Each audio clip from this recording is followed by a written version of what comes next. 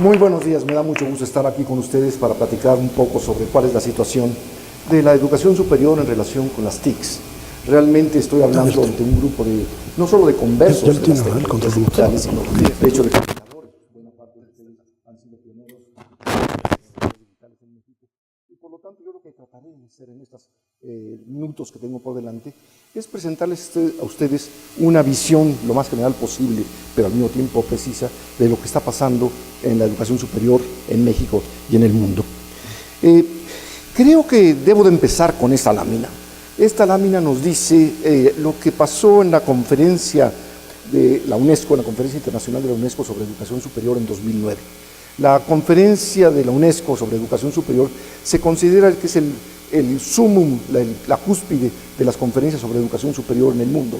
Y esta tiene lugar cada 10 años. La última fue en el año 2009.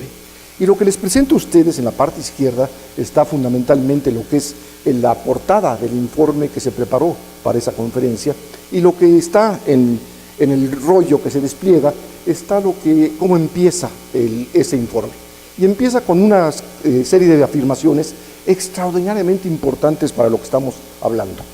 Empieza diciendo: en el pasado medio siglo, es mi traducción, ha ocurrido una revolución académica, subrayo revolución académica, porque lo que se está diciendo allí no está hablando de números, que son muy importantes, como nos los hacía ver hace un momento Rafael Fernández, y yo también voy a hablar de los números.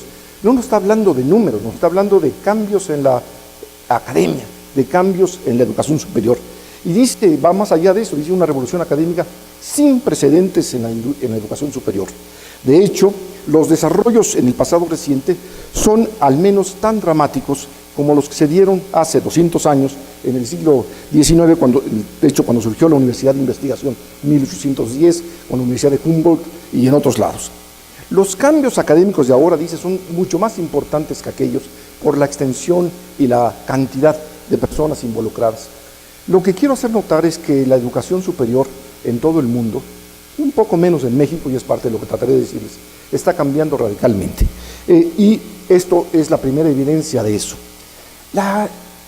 El cambio en la educación superior no obedece nada más a una sola de las distintas corrientes que hay sobre cuáles fuerzas están incidiendo sobre la educación superior. De hecho, el cambio en la educación superior obedece a muchas distintas fuerzas que están aquí representadas en esta lámina, de la forma en que a mí me parece más lógico y más razonable presentar. Lo que trato de decirles allí son todas las distintas corrientes internacionales que están cambiando lo que es la educación superior. No hablaré nunca de las condicionantes institucionales, es decir, lo que pasa al interior de las universidades, porque tienen una dinámica propia, porque yo no la conozco. Ustedes conocen la dinámica de cada una de sus instituciones, pero yo no la conozco. Y por otro lado están las condicionantes de carácter nacional, que es algo de lo que platicaré, pero lo haré en la segunda parte. Los otros 8 componentes, lo importante de esos 8 componentes, de esas fuerzas que están incidiendo sobre la educación superior, es que están incidiendo nos guste o no. Si queremos quedarnos rezagados, nos vamos a quedar rezagados, pero si no por quedarnos rezagados se van a parar esas fuerzas. Esas fuerzas están transformando la educación superior en todo el mundo, como lo haré ver, o como lo podemos ver varios de nosotros. No voy a entrar a cada una de ellas porque me llevaría buena parte de la exposición y quisiera hablar de otras cosas con ustedes.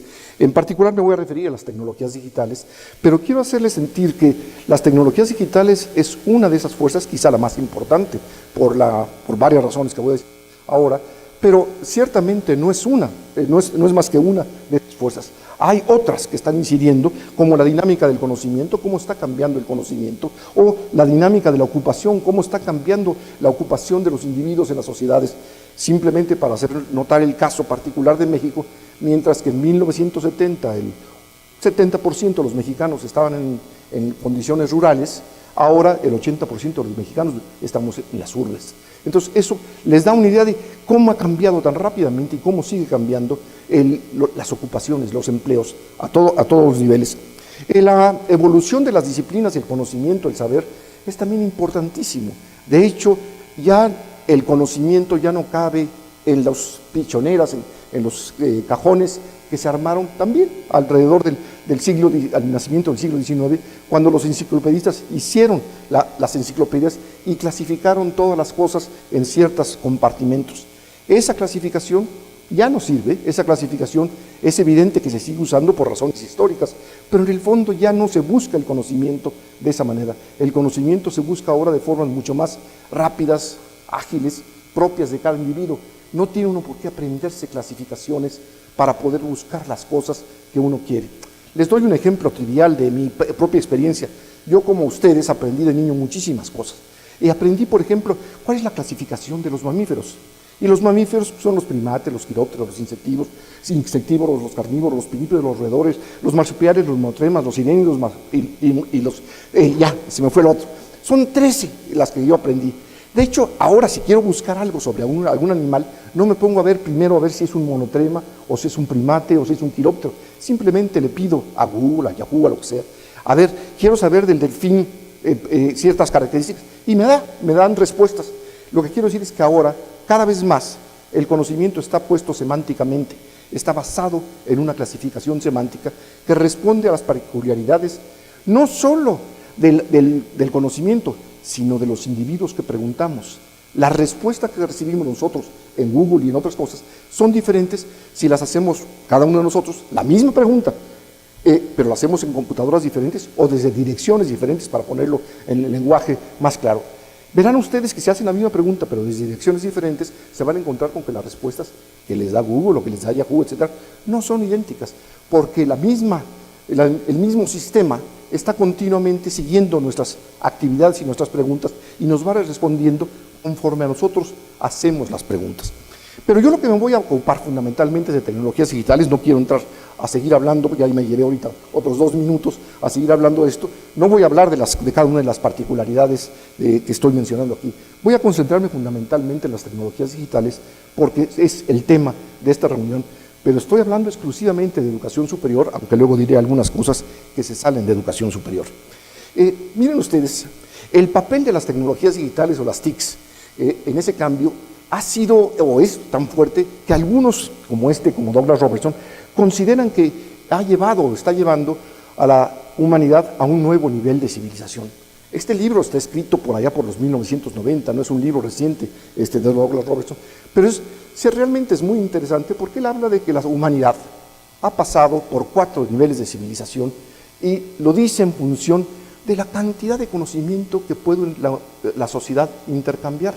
Y dice muy claramente, los primeros años de la humanidad, digamos hace unos 10.000 años, la humanidad se componía fundamentalmente de sociedades y grupos tribales, esencialmente, comunidades que eran relativamente pequeñas o grandes, y en donde en esa comunidad, en cada una de esas comunidades tenía que haber el médico, el abogado, el ingeniero, el sacerdote, etc. Es decir, se sumaban los conocimientos de todos los que estaban allí, pero se sumaban solo aquellos que hablaban la misma lengua, porque era la única forma de comunicarse.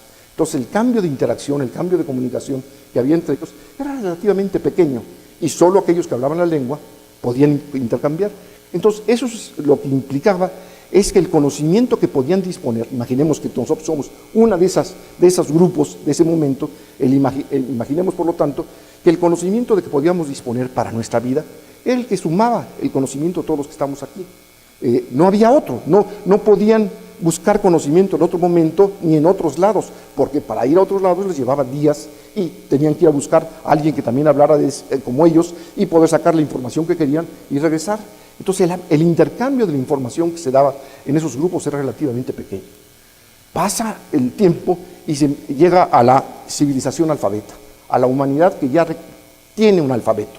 Ya entre las sociedades, entre los miembros de esas sociedades, es muy diferente. Ya se puede, por un lado, recordar o recobrar el conocimiento que tenían los muertos, porque quedaron testigos, quedaron testimonios de lo que sabían o de cómo se comportaban, y también pueden buscar el conocimiento de más allá de su propia población, porque pueden ir allá, escribir una cosa, traerla, escribirla y mandarla, y podían empezar a escribir. Y de hecho, ese fue un crecimiento notable el que se dio con el alfabeto. Piensen ustedes que, por ejemplo, los griegos todavía no hacían otra cosa más que eso, es decir, Solo sabían hablar y escribir. De hecho, por ejemplo, Sócrates, que es una de las gentes que más conocemos todo el mundo por los pasos en la preparatoria y después por nuestras distintas educaciones, Sócrates nunca dejó nada por escrito. Todo lo que sabemos de Sócrates es lo que otros que sí escribieron pudieron escribir sobre él. Entonces, se los doy como un ejemplo. Sin embargo, la cantidad de información que ya había, la cantidad de intercambio de información, sobre todo que existía en tiempo de los griegos, era muchísimo mayor. El tercer nivel de civilización, lo dice Robertson, es aquel el momento en que surge la imprenta. Y entonces se vuelve una revolución también en el mundo, de muy distintos tipos, desde la religiosa hasta otras. Se da una revolución porque la gente empieza a poder leer y acumular y mandar y imprimir cantidad de información, y entonces las sociedades se vuelven cada vez más ricas y más a poder avanzar, justamente porque están aprovechándose del conocimiento de miles y de miles y de miles de personas más, vivas y muertas. Se va acumulando esa información, y es lo que dice que la civilización digital en la que estamos ahora es otro salto cuántico, otro salto extraordinario, por la cantidad de información que de una manera u otra se procesa. Simplemente piensen en la cantidad de WhatsApps o de mensajes que ustedes mandan diariamente, y piense eso, multiplíquenlo por los billones de personas que hacen esto, y les da una idea de la cantidad de información que se está intercambiando constantemente. Piensen en la cantidad de revistas, o en la cantidad de videos, en la cantidad de bases de datos que ustedes consultan diariamente o envían diariamente, y entonces se darán cuenta que efectivamente tenemos una gran cantidad de información circulando por todos lados. De hecho, las sociedades modernas entonces tienen una estructura laboral muy diferente, ya se los había dicho, muy diferente de las tradicionales. Las sociedades de ahora demandan nuevas destrezas, nuevas habilidades, nuevos conocimientos, y así también demandan un aprendizaje a lo largo de la vida. Se acabó el aprendizaje de la licenciatura o de la carrera para toda la vida. Ya nadie para sus estudios al terminar la carrera. Es mentira que ya nunca más vuelven a estudiar. Todas las personas que de alguna forma quieren seguir activas e inmersas en la sociedad tienen que seguir aprendiendo, incluso los médicos o los abogados, o particularmente ellos. Ninguno de ustedes querría ver a un médico que no está al día de lo que está avanzando la medicina, etc. Entonces, lo que está sucediendo es que uno de los fenómenos que cambió las tecnologías digitales, y este proceso que estoy hablando internacionalmente, es que se cambió un paradigma de tal manera los seres humanos tuvimos que aprender a aprender. Tuvimos que aprender porque toda la vida estamos aprendiendo. Yo me pongo como el burro por delante y digo que en mi vida profesional yo he cambiado 4 veces de profesión. Y recalco eso porque tenemos la costumbre en México de decir, y en otros países, de decir qué carrera estudias o qué carrera te vas a dedicar. Y la realidad es que eso es una mentira. La carrera es lo que hace uno en la vida. Y lo que estudia uno son los programas de estudio, pero no estudia uno una carrera. Antes se pensaba que era una carrera porque era para toda la vida lo que uno estudiaba, pero ahora es rarísimo la persona que sigue haciendo después lo que estudió. Volviéndome al burro por delante, yo primero fui un físico y trabajé como físico y publiqué como físico por algo como 10 años de mi vida. Después me fui a otra actividad, fundamentalmente en la Secretaría de Educación Pública, a empujar la investigación y el posgrado en las universidades públicas. Después me fui, no estoy repitiendo mi currículum, estoy explicando lo que pasó. Después cambié a ser un psicómetra, porque me metí al Ceneval y tuve que aprender toda la parte de psicometría y toda la parte de estándares y test, etcétera, para poder realmente entender aquello. Y después ahora otra vez soy un burócrata, un funcionario, que tengo que estar fundamentalmente hablando de la educación en términos mucho más generales. Pero lo que quiero hacer notar con esta presentación, con estos dos libros que les pongo aquí, bueno, esta es la revista en que está mostrando que todos están aprendiendo, desde chiquitos hasta viejitos estamos aprendiendo, y por otro, que ese fenómeno es algo que sigue. Estuve recientemente en Bogotá en una reunión de educación interprofesional en salud, donde ya se habla de algo que dice este libro, ya se habla de que los cambios que vienen en salud y en abogacía, o sea, en las cortes, y los cambios que vienen en contaduría y los cambios que vienen en otras profesiones, en ingeniería, son cambios que van a transformar las profesiones más respetadas que tenemos. Están diciendo que buena parte de lo rutinario que hay en cada una de esas actividades, esas profesiones, lo van a hacer fundamentalmente sistemas más avanzados que nos van a permitir hacerlo todo a distancia y solo recurriremos a ciertos especialistas para que tomen conclusiones o decisiones importantes sobre el análisis de esa información. Entonces, lo que estoy tratando de decirles es que ahí hay otro ejemplo de que la educación superior está cambiando y está cambiando a una velocidad impresionante. Pero esto ha llevado a que la educación en todo el mundo ya no sea una educación para unos cuantos, que es otra cosa que siempre se nos olvida, y ahí sí ya estoy hablando de los números, sino que la educación superior ha pasado a ser un asunto, de hecho, para muchos, y en muchos lados, en muchos casos se dice para todos. Por muchos siglos, las universidades fueron para una élite. Las universidades empezaron allá en el siglo XIII en Europa, en 1100, 1200, 1300 empezaron las principales universidades, pero por siglos enteros, fueron universidades para unos cuantos. Es decir, eran para los nobles, para los clérigos y para algunos de los funcionarios que era necesario que tuvieran eso, porque la educación no era para ganarse la vida, la educación era para ser otro tipo de persona y poder ser más ilustrado. Ciertamente había personas que estudiaban para ganarse la vida, ya dije, los funcionarios que entraban en los imperios y demás tenían que hacer eso, pero lo que quiero decir es que era para unos cuantos.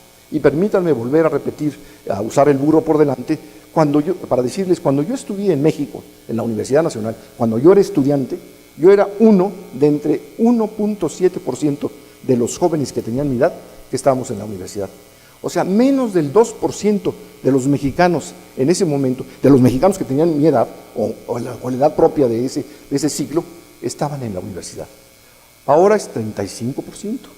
Y mientras tanto, la población de México se triplicó. Pero lo que quiero decir es que en todo el mundo, es en la segunda mitad del siglo pasado, cuando empieza a darse su masificación. Y se hablaba de masificación cuando decíamos que el 15% o más de los jóvenes de edad ya estaban en las universidades. Eso era masificar las universidades. Querría decir que habían pasado del 1 o 2% a tener el 15% de la población de edad, y eso ya era una masificación. Y en el último cuarto del siglo pasado se llegó a la universalización en algunos países. ¿Y qué se entiende por universalización? Cuando más de la mitad de los jóvenes de edad están en las universidades. Quiero hacer notar que en México y en el resto de América Latina eso se dio mucho más tarde. Eso se dio probablemente 50 años más tarde que en el resto del mundo. La juventud de nuestra educación superior se puede ver en varias cosas. La primera es que es hasta 1992, ojo, 1992, hace 25 años, cuando se volvió obligatoria la secundaria en México. Es hasta 1992, por la universidad ciertamente todavía sigue siendo para unos cuantos. Y es hasta 2012, hace 5 años, cuando se volvió obligatoria la educación media superior. Entonces, démonos cuenta de eso, y démonos cuenta que pasamos, que en 1950 había la matrícula total en educación superior era de 50,000 estudiantes, ahorita es de casi 4,5 millones de estudiantes. Entonces, la explosión de estudiantes, la explosión de educación superior nos ha tocado en estos últimos 60 años de la vida de México. Es cuando se ha dado esta explosión verdaderamente gigantesca. Se ha multiplicado en 90 el número de estudiantes a lo largo de 60 años. Todo esto tiene que ver con la educación y las tecnologías, tiene que ver con las TICs y con la educación, porque ahora la humanidad ha entrado ya en una era, en un círculo de consecuencias, no sé si es virtuoso o peligroso, si no puedo calificarlo en el sentido de cuáles van a ser las consecuencias. No soy Orwell ni soy Thomas Aldous Huxley para poder predecir qué va a pasar con el futuro, pero sí es una situación particularmente extraña, nueva. Hoy en el mundo hay más personas preparadas que nunca antes. Ciertamente ahorita se calcula que tenemos solamente estudiando, no las que ya se graduaron, solamente estudiando en el mundo, en este momento se estima 270 millones de personas. Y eso no están contando los de Coursera o de otras cosas, están contando los que están en las universidades. Hoy en el mundo hay 270 millones de personas. Es decir, más de 2 veces México está de gente que está estudiando la educación superior. No le quiero llamar la universidad porque hay muchas otras instituciones que están haciendo eso. Pero por otro lado, cada vez tenemos más y más programas y más poderosas tecnologías. Algunas nos las acaba de decir, mencionar Rafael Fernández, y ciertamente ustedes las conocen, hay tecnologías mucho más poderosas. No solo me refiero para aprender, me refiero para muchísimas cosas.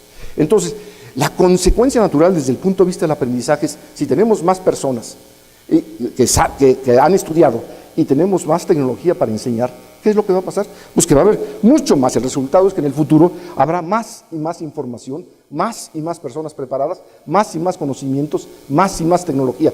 O sea, estamos en un círculo vertiginoso en que sigue creciendo la cantidad de conocimiento y sigue creciendo la cantidad de tecnología y van a pasos muy acelerados, y por lo tanto es necesario preparar y preparar y preparar gente para poder convivir con esa situación. Entonces, eso nos lleva a paradigmas muy fuertes en la educación, a cambios de paradigma. Miren ustedes, la izquierda de lo que estoy aquí presentando, la tabla de la izquierda, es cómo estábamos, cómo es nuestra educación superior. Y digo cómo es porque en México todavía es bastante así, como está del lado izquierdo. Y les pongo a la derecha lo que está cambiando la educación, cómo se está transformando. No voy a leer todos, pero les voy a decir algunos. De escasa información a sociedad del conocimiento, pues eso ya se lo acabo de decir. Pero eso quiere decir que estamos pasando de educación inicial útil para toda la vida, es decir, de carreras permanentes, a carreras cambiantes, a que estamos continuamente estudiando y que estamos pasando de tener, de contextos monoculturales estables y tradicionales a contextos reales, multiculturales e interculturales, o que estamos pasando de enseñanzas centradas en el libro, el docente, el aula y la memoria, a enseñanzas centradas en los medios, las TICs, el aprendizaje y el razonamiento. En fin, que estamos pasando de una enseñanza de la ciencia y de resolución de problemas con ciencia conocida a una enseñanza que está basada en problemas, en innovación, y que las respuestas no están dadas. En fin, de una enseñanza que está fundamentalmente descansando en el pasado, que es lo que hacemos con nuestros jóvenes, les enseñamos fundamentalmente lo que se conoce y tratamos de que sepan más y más, como esas cosas que yo sabía, o que sé que de primates, quirópteros, insectívoros, carnívoros, pinívoros, etcétera, a que sepamos más, que seamos más eruditos, en lugar de prepararlos a que sepamos enfatizar el futuro y a que les demos las herramientas para que ellos puedan enfrentarse hacia nuevas situaciones, nuevas condiciones que son las que se están dando. Eso es lo que quería. Entonces, la buena parte de lo que nos estamos enfrentando nosotros es que esto mismo ha llevado a que algunos cuestionen el futuro de las universidades y de la educación misma. Les pongo a Neil Postman a la izquierda. Neil Postman escribió esto en 1984 y escribió ya cuestiones que también lo habían dicho otros autores como Ivan Illich o Paulo Freire, etcétera, algunos grandes autores, y que decían: liberemos a los estudiantes de este control tan fuerte que tienen las instituciones sobre nuestra enseñanza, abrámosle los caminos. La diferencia es que Neil Postman está hablando al principio del inicio de las computadoras y al principio del inicio, todavía no de Internet, sino estaba hablando al principio, es 1984, si mal no recuerdo, ese libro. Y ya habla del fin de la educación, y el fin de la educación lo usa como título en dos sentidos perfectamente válidos en español. El fin, o sea, ¿para qué es la educación? Y el fin de la educación en el sentido que se está acabando la educación como la conocemos, la educación escolarizada, acuérdense de Ivan Illich, de Schooling Society, desescolarizando a la sociedad, y se está acabando eso. Y otros, como por ejemplo el New York Times, en 2009, ya sacaba que si la universidad, si era el principio del fin de la universidad, y luego siguieron muchísimos artículos, les puse aquí 3, en que podrían ustedes ver en que en distintos lugares se vaticinaba la muerte de la universidad como la conocemos, no la muerte de la universidad en un sentido absoluto, sino como la conocemos. Esto dio lugar a muchas cosas. En particular, otros llevaron a pensar que lo que estamos viendo son solo los primeros y tentativos cambios. Es decir, que apenas estamos viendo la punta del iceberg de lo que va a cambiar todas las formas de enseñanza, y que realmente no voy a entrar en detalle a todo lo que dice allí estos 3 libros, pero se los recomiendo. Están diciendo esencialmente: ojo, estamos apenas viendo el principio de la transformación que va a tener la educación en todas las formas, y obviamente nos dicen que tenemos que hacer transformaciones y cambios importantes. De hecho, para decirlo más brutalmente, copio otra portada del Economist, en que lo que decía es Creative Destruction, y lo que decía refiriéndose a las universidades más importantes del mundo. No estaban estudiando a las universidades mexicanas, están hablando de las canadienses, de las inglesas, de las europeas en general, de las americanas. Están diciendo que o bien o cambian las universidades, yo la traducción que le puse es o truenan como un Judas cualquiera, pero esa es mi traducción. Y no quiere decir que truenen necesariamente en el sentido económico, algunas claro también van a tronar en el sentido económico, sino que quiere decir que cada vez serán más irrelevantes para la educación y menos necesarias para que los jóvenes vayan a pasarse un tiempo allí, y que por lo tanto tenemos que hacer algo para que las universidades cambien rápidamente.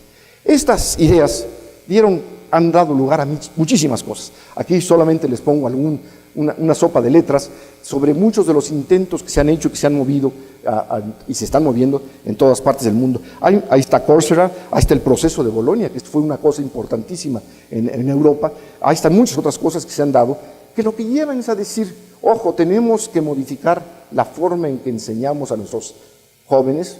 Me refiero ahorita a jóvenes, porque estoy hablando de la universidad, pero ciertamente también a los niños, en que cómo enseñamos a los niños, cómo enseñamos a los jóvenes, para lograr transformar, modificar y hacer que la educación sea relevante. Relevante no solo en el sentido que pueda atender a un problema social, sino relevante para el alumno. Yo lo que digo es que en el periodo donde hay más deserción, y ustedes lo saben perfectamente, más deserción de la educación, son el periodo de segundo y tercero de preparatoria y primero y segundo de la universidad. Y todo el mundo busca y trata de encontrar las razones por las cuales se da eso. Y busca y encuentra y dice que son problemas de drogas, o problemas de dinero, o problemas de embarazos tempranos, en fin, 20,000 problemas. Yo les puedo asegurar que el principal problema, esa es mi opinión, que el principal problema, la principal razón por la cual hay esa deserción en esos años, es porque los jóvenes dejaron de ser niños de papá y mamá, de obedecer a papá y mamá. Y entonces, si no les gusta la escuela, si no aprenden, si no les parece relevante la escuela, la universidad, simplemente la van abandonando poco a poco. Entonces, que el problema no son los niños, el problema son las escuelas, el problema somos los profesores, que no logramos hacer que la educación sea suficientemente interesante para capturar a los jóvenes y para prepararlos. El uso de las tecnologías en México, ya me estoy acercando a México. Desde hace muchos años, México viene dedicando recursos y esfuerzos a fin de que las universidades incrementen el uso de las tecnologías. Y entre ellos se han hecho muchas cosas, como aquí en este momento particular, ya se mencionó a México Conectado, pero también hay muchos anteriores, como CINED, de ANUYES, el ECOESAT, el desarrollo de redes troncales como CUDI, como RENIE, programas, plataformas televisivas y de otro tipo. También se ha dotado de recursos para el equipamiento a las universidades. Ahí pongo el PIFI, que es uno de la Secretaría de Educación Pública, en el que se da recursos, se les ha dado recursos llevan 15 años trabajando aquí PIFI para darle recursos a las universidades para que cuenten con equipamiento, con conectividad y capacidad operativa. Se han promovido redes colaborativas para la investigación y para la docencia. Se han apoyado proyectos orientados al desarrollo de la capacidad institucional para la producción de recursos educativos susceptibles de usarse en línea. Porque uno de los principales problemas que encontramos, creo yo, y quiero ilustrarlo, es de que generalmente en México, en materia de tecnologías digitales, tenemos una separación casi que se puede obtener un muro entre ellas, entre los profesores que usan tecnologías digitales y creen en ellas, y los profesores que no usan tecnologías digitales y no creen en ellas, y no quieren aprender tecnologías digitales. Todavía seguimos teniendo un grupo bastante grande de eso y meterlas. No digo que sea un divorcio el que se ha dado, porque digo, nunca se casaron. Entonces, realmente simplemente es una separación.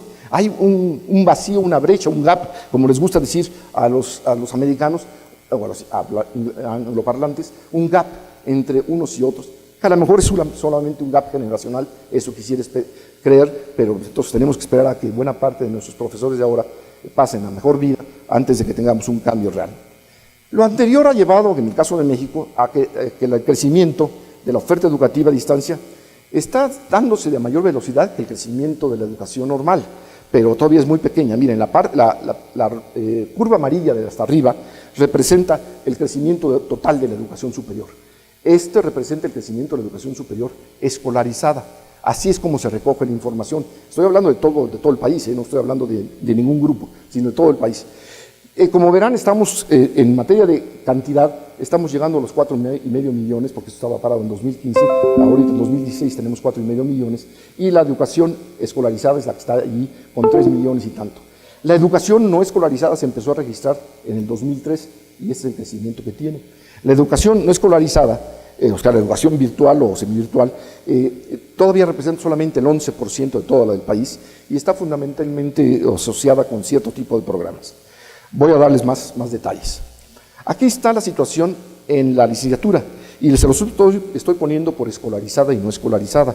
Se lo estoy poniendo en públicas y particulares. Las públicas son las blancas, particulares son las rojas y la primera se refiere a la escolarizada. Vean ustedes que en la escolarizada hay algo así, un poco menos de 1 millón de estudiantes están en las públicas y un poco menos de 2,5 millones de estudiantes de licenciatura, estoy hablando de licenciatura, están en las particulares.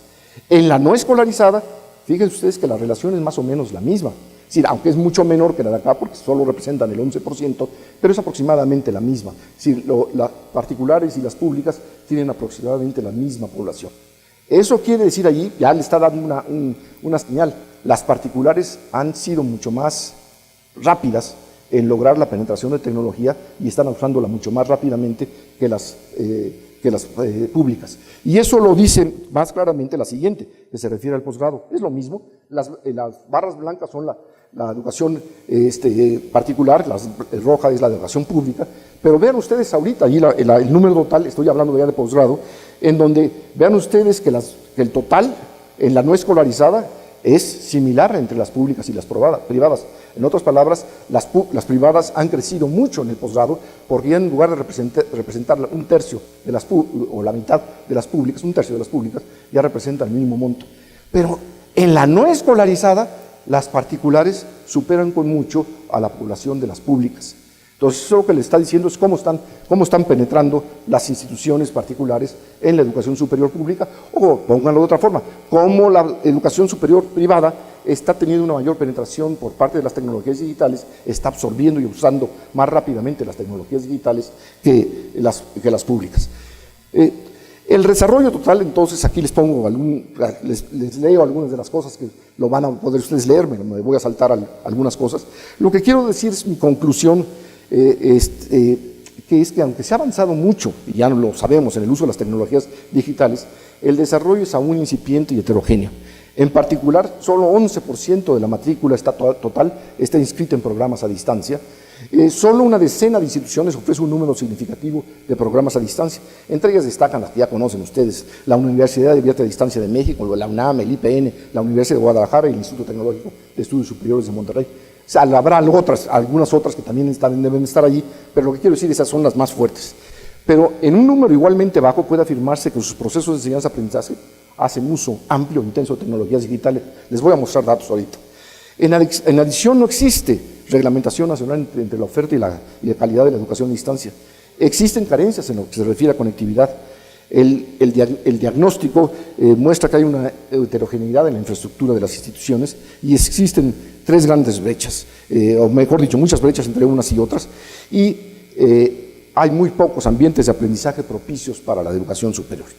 A continuación les presento una encuesta que hicimos, que le llamamos 3MEX, 3 MEXes por transformaciones y reformas en la educación superior mexicana. Lo hicimos a todas las universidades que participaron en un ejercicio PIDE, y lo hicimos en 3 niveles, porque creíamos que era importante el que se pudiera ver esta encuesta se pudiera ver en 3 distintos niveles. Entonces, en otras palabras, se les preguntó a 517, que son las que contestaron, respondieron 500, se les preguntaron a 1000. 517 instituciones contestaron, y lo que contestaron los dirigentes, que es la segunda columna, eso mismo se le preguntó a los profesores, pero con otra redacción.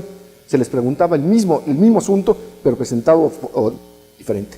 Y ahí nos contestaron 21.591 profesores, hasta el cierre que fue a fines de enero, para ser exacto, el 31 de enero.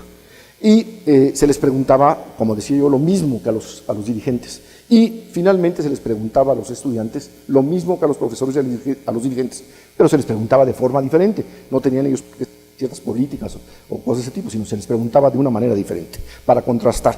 Y nos respondieron 45.319 alumnos. Les voy a presentar resultados muy preliminares, porque como digo, se cerró esto en los primeros días de febrero, apenas estamos procesando, y nada más saqué algunos cuantos para podérselos enseñar, pero les dan un sabor de lo que podemos obtener. Es muchísimo lo que tenemos, afortunadamente en cada caso son decenas de preguntas, y solo voy a presentarles algunos datos.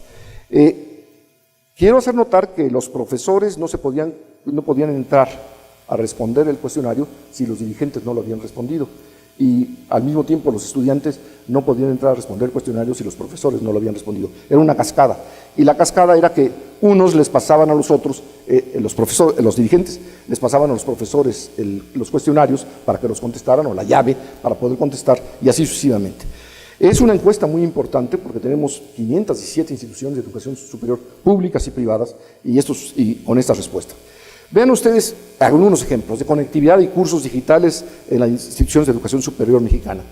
En cada caso le estoy poniendo el número de respuestas que en ese momento había, por ejemplo, acá o acá, y luego van a ver otras, son miles, para que sepan ustedes que ahorita todavía no son las definitivas. Estábamos apenas sacándolas del primero. Lo hicimos con 3 cuestionarios, de tal manera que las universidades no se agotaran, y los estudiantes tampoco, en llenando un cuestionario muy largo. Lo partimos en pedazos con partes comunes, y cada grupo tenía que contestar solamente una parte. Entonces, por eso de repente encuentran ustedes de esta naturaleza. Pero pueden ustedes ver que los que dicen que tienen conectividad en su institución, en las oficinas académicas, el 67% de las instituciones dicen que tienen más del 75% de conectividad en cuanto a lugares. En aulas es menos del 50%, en oficinas administrativas es el 73%. ¿En qué el porcentaje de cursos en su institución? Fíjense que solamente dos grupos que dicen que tienen entre 50% y 100 es 10% de las instituciones. El que dice que tienen menos o nada son 72% de las instituciones del país, todavía dicen que no tienen absolutamente nada. ¿En qué utilizan los recursos digitales de aprendizaje? Si lo usan muy frecuentemente o poco o mucho, ahí ustedes ven que 32.6% dicen, pero eran solamente 89 respuestas, dicen que utilizan más del 35% de sus cursos los recursos digitales en aprendizaje. Y quienes utilizan aulas virtuales, dense cuenta que esto va comparada con esta, nos está diciendo que más bien dicho, que entre 50, 25 y nada, están el 82% de las instituciones dicen que lo utilizan virtualmente nada. Otra pregunta que les hicimos está cómo empieza ese informe. Y empieza con una serie de afirmaciones extraordinariamente importantes para lo que estamos hablando. Empieza diciendo: en el pasado medio siglo, es mi traducción, ha ocurrido una revolución académica, subrayo revolución académica, porque lo que se está diciendo allí no está hablando de números, que son muy importantes, como nos los hacía ver hace un momento Rafael Fernández, y yo también voy a hablar de los números. No nos está hablando de números, nos está hablando de cambios en la academia, de cambios en la educación superior. Y dice, va más allá de eso, dice una revolución académica sin precedentes en la educación superior. De hecho, los desarrollos en el pasado reciente son al menos tan dramáticos como los que se dieron hace 200 años, en el siglo XIX, cuando surgió la Universidad de Investigación, 1810, con la Universidad de Humboldt y en otros lados. Los cambios académicos de ahora, dice, son mucho más importantes que aquellos por la extensión y la cantidad de personas involucradas. Lo que quiero hacer notar es que la educación superior en todo el mundo, un poco menos en México, y es parte de lo que trataré de decirles, está cambiando radicalmente. Y esto es la primera evidencia de eso. El cambio en la educación superior no obedece nada más a una sola de las distintas corrientes que hay sobre cuáles fuerzas que uno quiere. Les doy un ejemplo trivial de mi propia experiencia. Yo, como ustedes, aprendí de niño muchísimas cosas. Y aprendí, por ejemplo, cuál es la clasificación de los mamíferos. Y los mamíferos son los primates, los quirópteros, los insectívoros, los carnívoros, los pinípedos, los roedores, los marsupiales, los monotremas, los sirénidos y los... ya, se me fue el otro. Son 13 las que yo aprendí. De hecho, ahora si quiero buscar algo sobre algún animal, no me pongo a ver primero a ver si es un monotrema, o si es un primate, o si es un quiróptero. Simplemente le pido a Google, a Yahoo, a lo que sea, a ver, quiero saber del delfín ciertas características, y me dan respuestas. Lo que quiero decir es que ahora, cada vez más, el conocimiento está puesto semánticamente, está basado en una clasificación semántica que responde a las peculiaridades no solo del conocimiento, sino de los individuos que preguntamos. Las respuestas que recibimos nosotros en Google y en otras cosas son diferentes si las hacemos cada uno de nosotros, la misma pregunta, pero la hacemos en computadoras diferentes o desde direcciones diferentes para ponerlo en el lenguaje más claro. Verán ustedes que si hacen la misma pregunta, pero desde direcciones diferentes, se van a encontrar con que las respuestas que les da Google o que les da Yahoo, etcétera, no son idénticas, porque el mismo sistema está continuamente, sin varias razones que voy a decir ahora, pero ciertamente no es más que una de estas fuerzas. Hay otras que están incidiendo, como la dinámica del conocimiento, cómo está cambiando el conocimiento, o la dinámica de la ocupación, cómo está cambiando la ocupación de los individuos en las sociedades. Simplemente para hacer notar el caso particular de México, mientras que en 1970 el 70% de los mexicanos estaban en condiciones rurales, ahora el 80% de los mexicanos estamos en las urbes. Entonces eso les da una idea de cómo ha cambiado tan rápidamente y cómo sigue cambiando las ocupaciones, los empleos a todos los niveles. La evolución de las disciplinas, el conocimiento, el saber, es también importantísimo. De hecho, ya el conocimiento ya no cabe en las pichoneras, en los cajones que se armaron también alrededor al nacimiento del siglo XIX, cuando los enciclopedistas hicieron las enciclopedias y clasificaron todas las cosas en ciertos compartimentos. Esa clasificación ya no sirve, esa clasificación es evidente que se sigue usando por razones históricas, pero en el fondo ya no se busca el conocimiento de esa manera. El conocimiento se busca ahora de formas mucho más rápidas, ágiles, propias de cada individuo. No tiene uno por qué aprenderse clasificaciones para poder buscar las cosas.